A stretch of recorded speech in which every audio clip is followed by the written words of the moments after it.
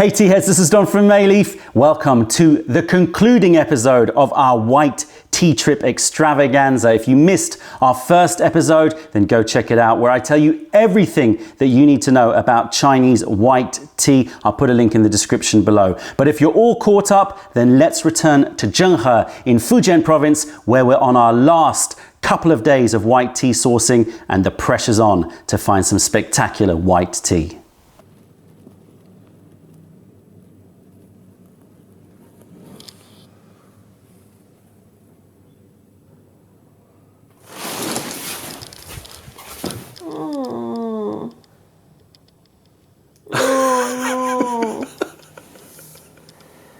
No. Wakey, wakey! I'm hungry. It's very bright. Sorry, but it's time to go up. We got some tea to find. Give me some food first. Okay, that can be arranged. It's the next morning up here in Zhenghe. I'm sipping on some Zhengshen Xiaozhong black tea, just to reset my palate so that I can taste more white teas in the coming days. I had a very sleepless night last night, and that's not just because of all the tea that we've been tasting, but also because I'm genuinely worried about the state of white tea in this area. I can't get one phrase out of my head, and just kept circling in my head as I was lying in bed last night. We visited many producers in Fujian and in Zhenghe. We filmed at a couple of them, and at the first place that we visited, they have the most immaculate tea plants growing in the most incredible micro lot on earth. And yet the producer said to me that he hopes that in a few years' time, he will not have any people touching his tea leaves, and it will all be produced by robots. That made my heart absolutely sink. And it reflects a wider tension here in China. China has such great heritage, has incredible tradition and craft, and has so much potential for growth. However, in the state of modernization, in this drive to become more influential in the world, it seems to be moving towards a trend of standardization, of consistency, of making sure that everything meets certain standards and certain parameters. And the worry is that in this drive for modernization, what's going to happen is that you are going to lose craft, and as you lose craft, you're going to lose quality. And that great potential that China has to be a positive and beautiful influence on the world may become watered down. Couple that with the fact that the economy here is booming and so many people are getting rich very quickly. That means there's a lot of pressure on producers to increase yield, increase speed to market, and to focus on branding and looks versus quality in the cup. And that is what we've been noticing here. Over the past few years, with the samples that we've been receiving with Fujian, we're seeing a massive divergence between price and quality, and we're seeing that there's been much more focus on the way that the tea looks and the way that the tea is packaged and branded here rather than quality. This is even more prevalent in Fujian. The government has been focusing so much attention on marketing Fujian white tea, and so those sort of business pressures and those businessmen and women are really inflating that Fujian market. It is the case here in Zhenghe as well. However, I find that the Zhenghe producers are a little bit more tied to traditional techniques. They are at least sun drying their tea. However, charcoal baking is just non-existent here. They say that they will do it to order, but you can see when you're talking to them that they don't have the passion and probably don't have the expertise to do it properly. And so we would rather not take the risk with them charcoal baking tea. Don't get me wrong. There is some great quality tea here. However, it seems that the focus is on raising the overall quality and then standardizing. And it reminds me a little bit of what's happening in Japan with their green tea, where they have immaculate standardization and immaculate quality. However, you're starting to lose that individualism, that character that comes from craftsmanship that just has a little bit more flair and freedom. So what we have decided to do is to brave this rather miserable weather and head up the mountain towards Taimu, where we have heard of a couple of young producers who met at school and have an incredible passion for making white tea. They've apparently studied in Taiwan and Japan, so they've learned tea making in other areas, and they are now dedicated to bringing traditional crafts back to white tea up in a more obscure area further up the mountain. I hope that this trip is going to be worth it. We're going to head up the mountain and see if we can find some spectacular white tea. We have moved further up the mountain, about 800 meters up, on a very misty, rainy day. So much atmosphere here, drinking white tea. I'm here with a young producer with a lot of talent, Mr. Ling. And he has presented us immediately with this tea here, which is xiao cai, which is the small veggie variety, the authentic, original white tea variety. My first taste of this, believe it or not, and I am mesmerized. So much fragrance, so much sweetness. Got like a green apple, orchid, a little bit of a veggie note in there, but very, very sweet and goes for many, many infusions. And then we're gonna compare that with the dabai. Much more nutty, definitely a deeper note compared to the xiao cai, which just has a lightness and a freshness about it and a more floral sweetness about it. It's going to be interesting to taste the difference. So we're going to taste the dabai now and see how that compares with the xiao cai. First taste of the dabai up here. Much more classic taste, more rounded, I would say. Delicious, really round, got intense smoothness, a nice thick liquor. Got that little marzipan almond nuttiness. They're both delicious. I'm really, really happy we've made the drive up this mountain. It was a bit of a precarious ride, but we managed to get here to meet this this tea producer, because I have high hopes. You coming under? Coming under. So, leaves come in, and they're going to be sorted according to grade and according to variety. So we're going to come in here. More leaves are arriving, so careful not to get run over. Let's go this way. Careful not to trip.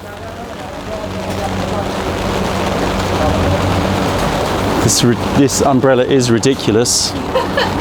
I don't know how to take this down. Okay, 谢谢你. All right, it's a bit loud in here.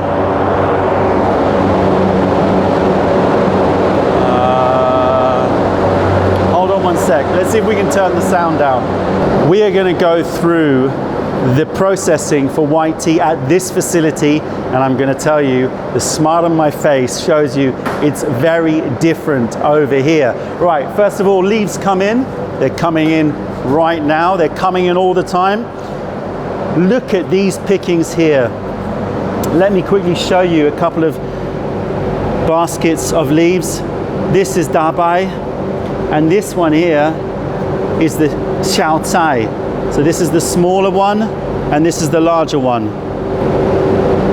To the untrained eye, that may look the same, but it is definitely more slender.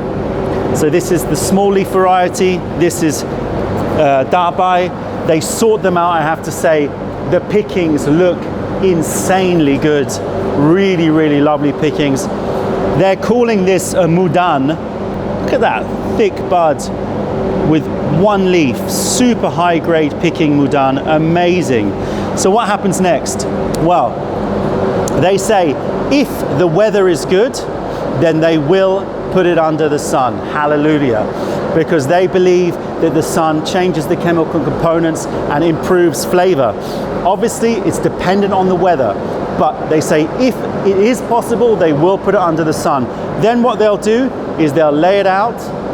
Here you can see, they'll lay it out in about a sort of 1.5 to 2 inch thick pile on these large troughs here. Careful, leaves coming through. And they will wither it for 60 hours, 60 hours at body temperature, 35 degrees, there or thereabouts. But they say that they control it and they'll change it and they'll look at it and they'll keep observing to see what, you know, what stage it needs to be at, but around 60 hours. Come over here.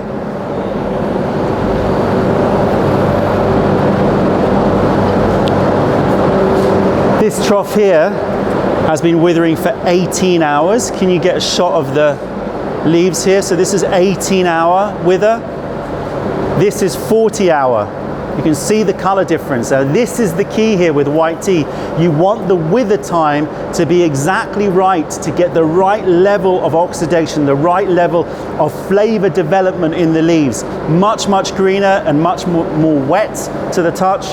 This one is nearly dry to the touch. They will wither for 60 hours until it's about 80% dry, 80-85% dry. If it is a yinzhen or it's super high grade, then they will wither it not piled, but in a single layer here.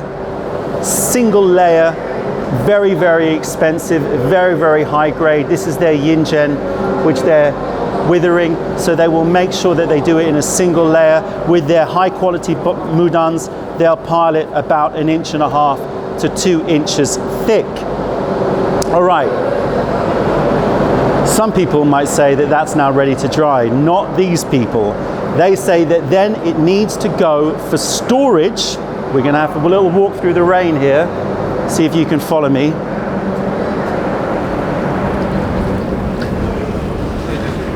Miserable weather here, but it's okay. Stunningly beautiful environment, really the mist coming in, and I have to say I'm so happy because finding these producers where quality is paramount, where they will do anything and everything, every little detail is about maximizing flavor, maximizing quality. So we're going to walk through here. Hopefully I can open it. The smell that hits you here is something else. The smell is like, we often talk about fresh cut grass in tea tasting, or that lawnmower smell. It is so strong in here, and this is the point. The point is that they say that you must leave it for a week for that green aroma, that really sort of grassy green aroma, which they don't want in their tea, to dissipate. And so if you come over here, you'll see this beautiful pile. I mean, look at it. This beautiful pile of mudan. Unbelievable, the pickings on this. I mean, really, check out those pickings. I mean, it is super high grade. To call this a mudan is almost insane. Incredible quality, amazing how thick those buds are. Just mind-blowing. The prices must be out of this world. I'm waiting to find out the prices of this tea. The smell coming off here is interesting because the room smells very green, very cut grass, but when you stick your nose in here, it smells mellow and nuttier. So this is a flavor maturing sort of stage that I have not seen before. And if I go right under here and turn it over and smell, the bottom's so much more green. So what they do is every day they will come and turn this pile. So 1 week in here, turned once a day, so 7 times turned. At that point, and only at that point, they will then bring it to the oven, 3 to 4 hours at 50 degrees. So again, keeping the temperature low. Here you can see some prime, still warm yinzhen. Again, quality pickings, quality. Look at the sheen on this. Amazing looking buds. This gives me so much So much enthusiasm. This gives me so much hope.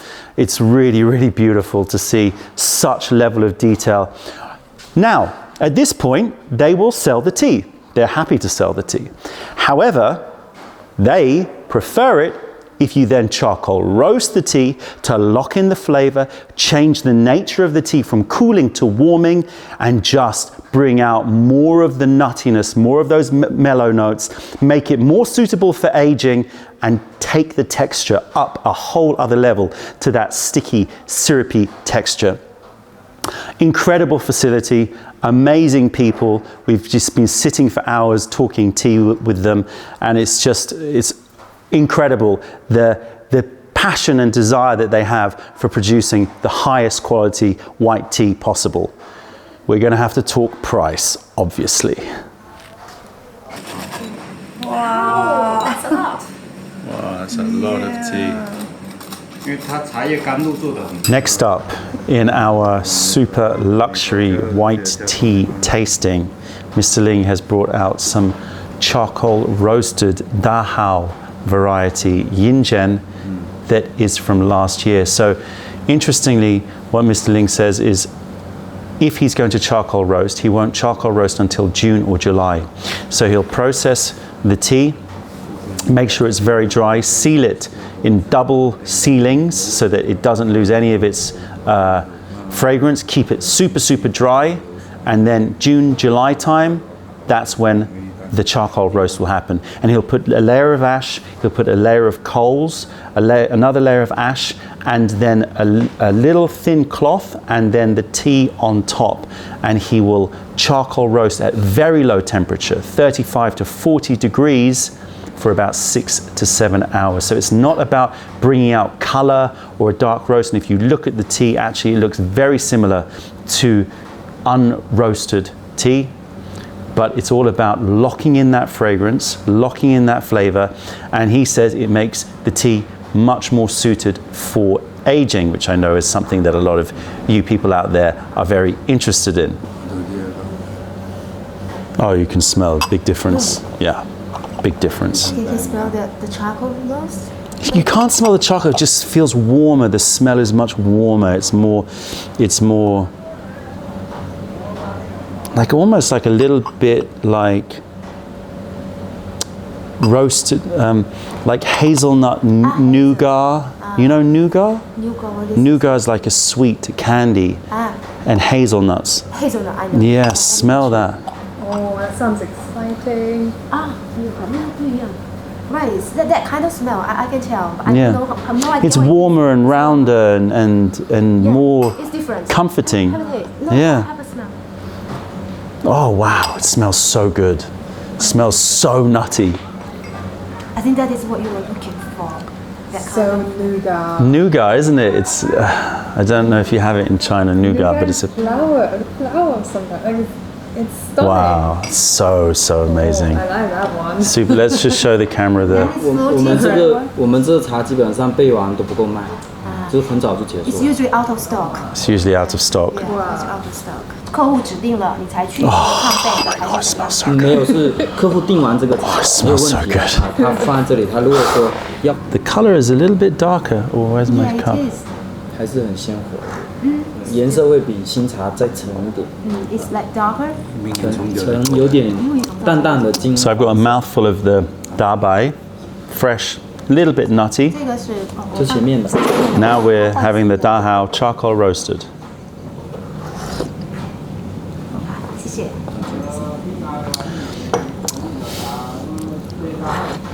Maybe should liquor. Sweeter, thicker, much thicker, much sweeter, Yeah, it is thicker. more. The flavor is just it seems to be more concentrated. The flavor.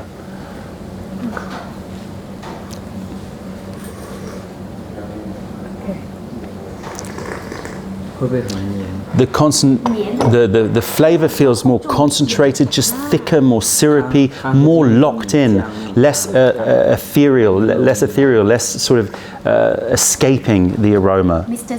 Ling asked It like feels fixed. sticky. Do you feel like it's sticky? Yeah. Yeah, thicker and stickier, yeah. The texture is super syrupy. 厚一点，对，确实有点不一样。 Oh, it is amazing. That is a really, really lovely tea.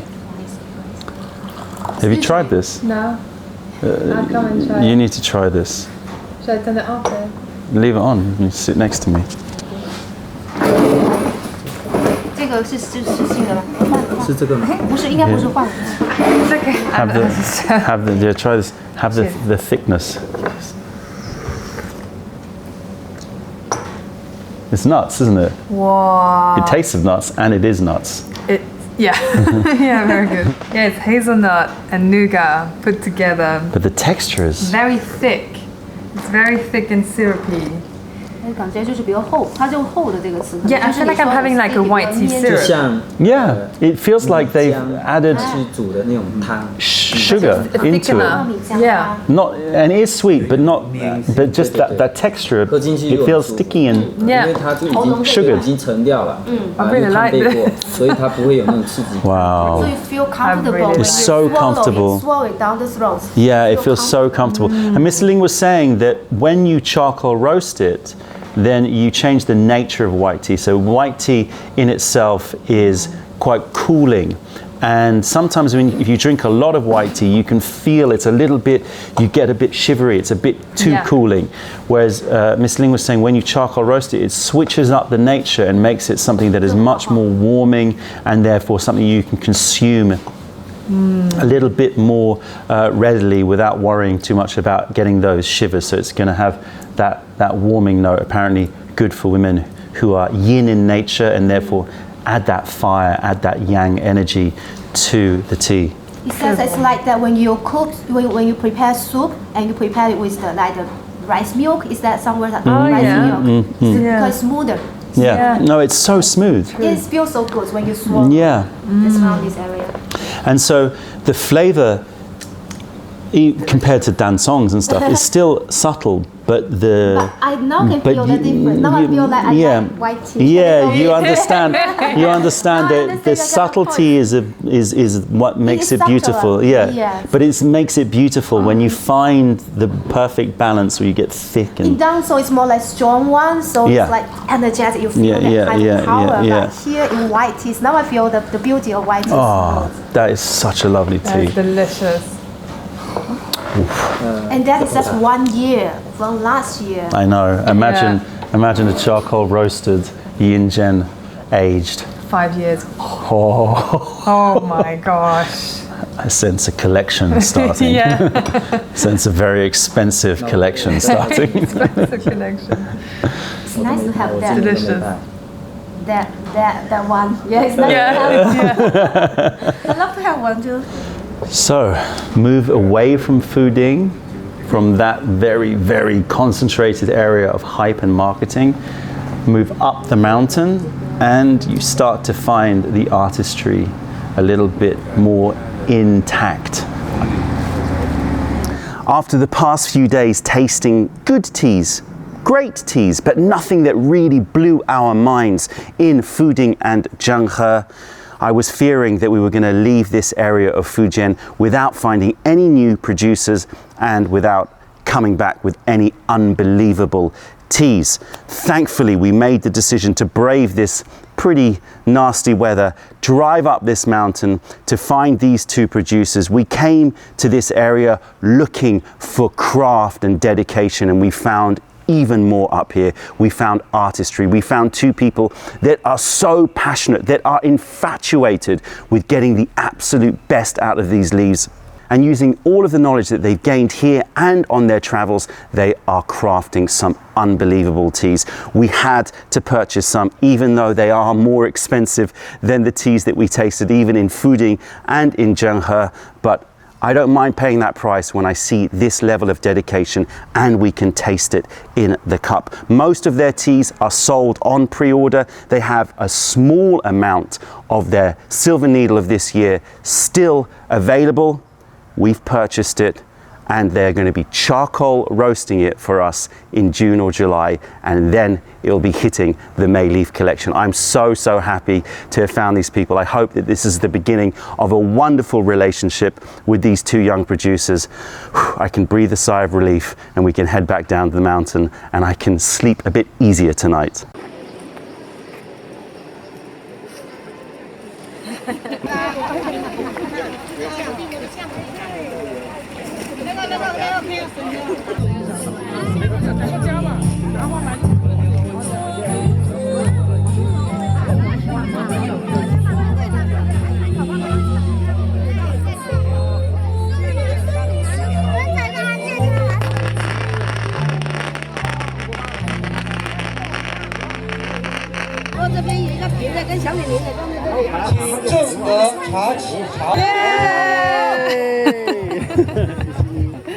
Very good. We're on our last day here in Zhenghe on white tea sourcing. It's a bit of a drizzly day, but everyone is out in celebration. It's the opening picking ceremony this year.